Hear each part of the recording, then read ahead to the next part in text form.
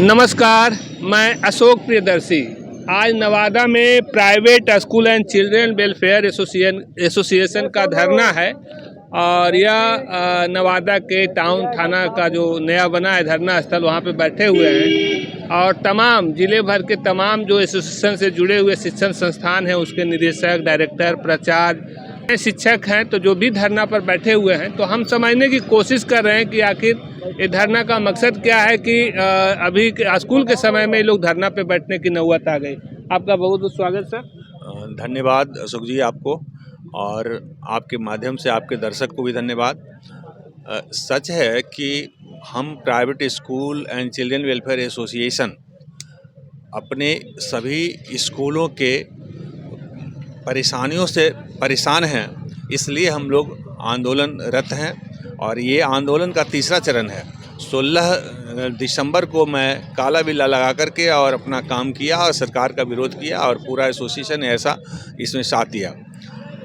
23 दिसंबर को हमने candle march किया और अपने एसोसिएशन का सरकार का विरोध किया।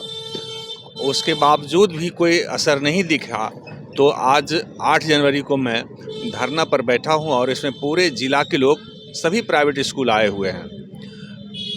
सच है कि 2011 में एक एक्ट अधिनियम केंद्र सरकार ने लाया, वो शिक्षा का अधिकार अधिनियम, जिसको शॉर्ट में आरटीई भी कहते हैं। उस नियम में उसे बिहार सरकार ने अपनाया और बिहार सरकार का दबाव था कि सभी प्राइवेट स्कूल भी इसे अपनाए, और तब हम लोग भी अपनाए, उसको सहर्ष अपनाए।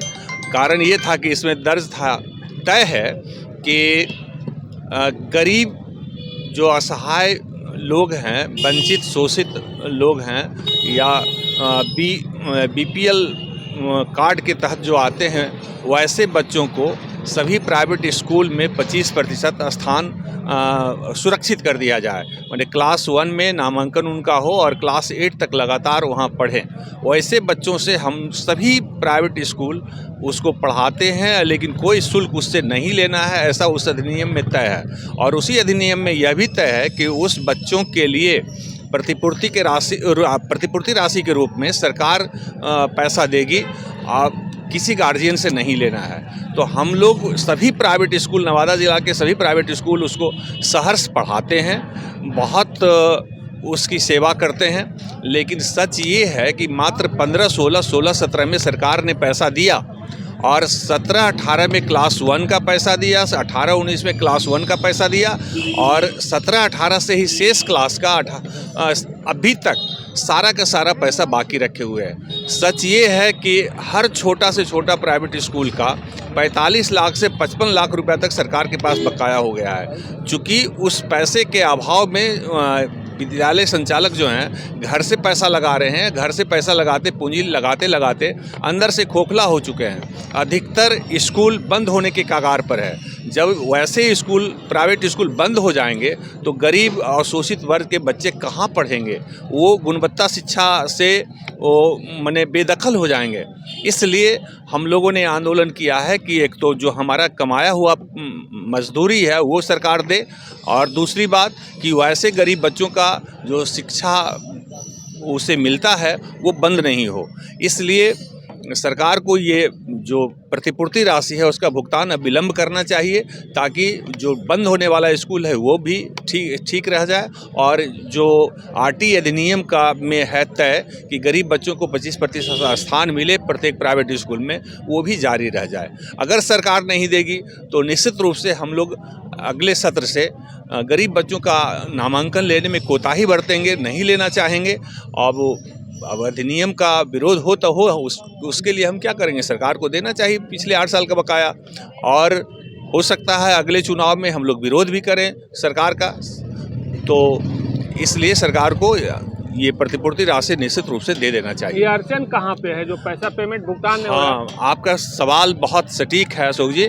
ये अड़चन है ना, यहाँ का जो नवादा का जिला शिक्षा कार्यालय है, उसका एक एक आदमी धन उगाही करने पर लगा रहता है।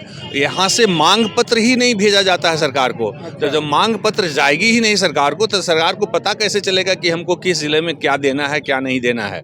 तो सबसे बड़ा दोषी जिला शिक्षा कार्यालय है। कई बार जिला जो डीओ हैं हमारे जिला शिक्षा पदाधिकारी वो मौखिक रूप से कह चुके हैं कि भूल जाइए उस पैसे को। अब कैसे भूल जाए? मैंने उनको कहा तो उसी समय कि अगर आप भी 1-2 महीना बिना वेतन के काम करके दिखाइए, आप कैसे हम भूल जाएं? हम 8-8 साल उसको पढ़ाए हैं गरीब बच्चों को, गरीब बच्चों को पढ़ाना भी ज़रूरी समझते हैं, इसलिए हम उसको भूल कैसे जाएं? लेकिन उनका जवाब वो हंस करके टाल देते हैं। और अब सोचिए जब जिला शिक्षा पदाधिकारी कहते हैं भूल जाइए, तो हम लोग को बड़ी अफसोस होता है कि हमारे यहाँ ऐसे जिला पदाधिकारी आते हैं।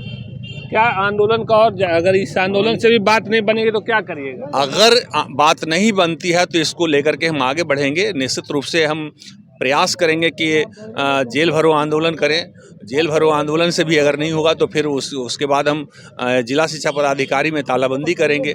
जिला शिक्षा पदाधिकारी में क्या कार्यालय में तालाबंदी से अगर नहीं सुनेंगे तो फिर डीएम के यहाँ तालाबंदी करेंगे।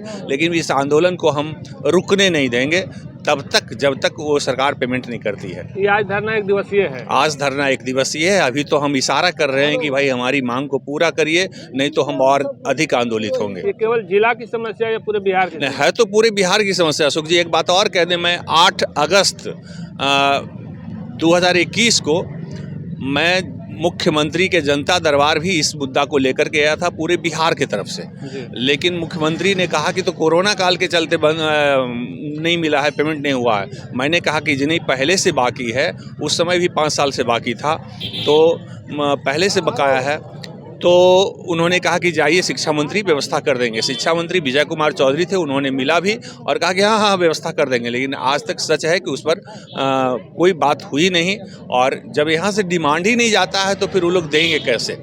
सारा ये उदासीनता विभागीय स्तर पर, हाँ विभागीय स्तर पर हो रहा है। और जबकि मैंने देखिए, हाँ हमारे पास सबूत है कि मैं कई बार जिला शिक्षा पदाधिकारी को लिखा, कई बार डीएम नवादा को लिखा, हम मुख्य सचिव को लिखा, हम शिक्षा सचिव को लिखा, हम प्रधान सचिव को लिखे हैं, हम शिक्षा मंत्री को लिखे हैं और हम मुख्यमंत्री को लिखे हैं। सबके पास लिख के थक चुके हैं, तब ये आंदोलन का रास्ता है। करो और मरो का नारा। हाँ, तब करो और मरो का नारा शुरू हुआ। तो कुल मिलाकर ये आंदोलन का जो रूपरेखा हम समझने की कोशिश कर रहे थे कि चूँकि सरकार ने आरटी के तहत एडमिशन का दाखिला तो शुरू करा दिया, लेकिन किस वजह से, क्या कारण है, तकनीकी कारण लगा के किस वजह से पेमेंट नहीं किया जा रहा है। और इसको लेकर के पहले तो जो स्मारक पत्र वगैरह या मुख्यमंत्री से मुलाकात करके अपना मांग रख चुके हैं, लेकिन उसके बाद भी जब नहीं हुआ तो ये लोग आंदोलन पे उतरे हैं।